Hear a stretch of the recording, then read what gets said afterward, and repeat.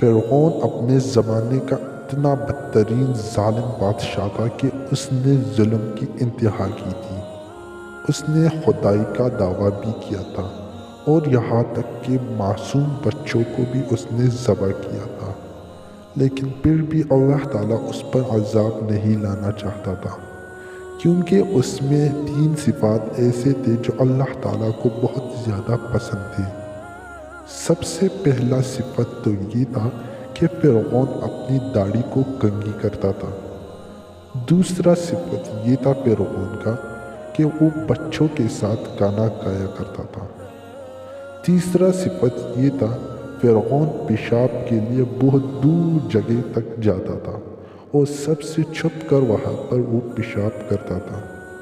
تو یہ 3 صفات اللہ تعالیٰ کو بہت زیادہ پیارے تھے، اس وجہ سے اللہ تعالیٰ اس پر عذاب نہیں لانا چاہتا تھا۔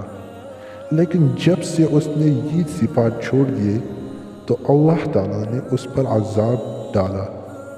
تو وہ صفات اس نے یوں چھوڑے کہ ایک مرتبہ شیطان اس کے پاس آیا اور کہا کہ آپ تو بادشاہ ہو، آپ اس طرح داڑھی کس طرح رکھ سکتے ہو؟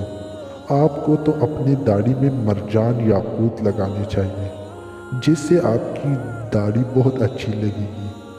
تو فرعون نے ایسا ہی کیا اور اپنے داڑھی میں موتیاں وغیرہ یہ لگائے۔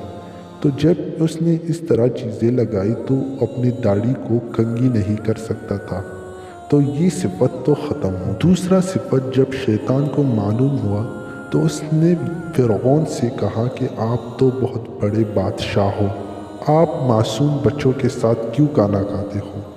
یہ بہت چھوٹی سی اور عام لوگوں کی باتیں ہیں، یہ آپ کے ساتھ نہیں جچتا، آپ کو بڑے لوگوں کے ساتھ کھانا کھانا چاہیے۔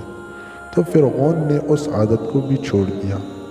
اور تیسرا صفت، شیطان نے فرعون سے کہا کہ آپ اتنے دور کیوں جاتے ہیں؟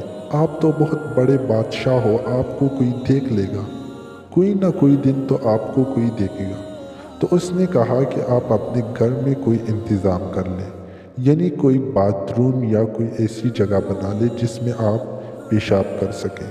تو فرعون نے ان 3 صفات کو چھوڑ دیا اور شیطان کی راستے میں نکلا۔ تو یہ 3 عادات چھوڑنے کے بعد اللہ تعالیٰ نے فرعون پر اپنے عذاب شروع کر دیے اور فرعون کو تباہ و برباد کر دیا۔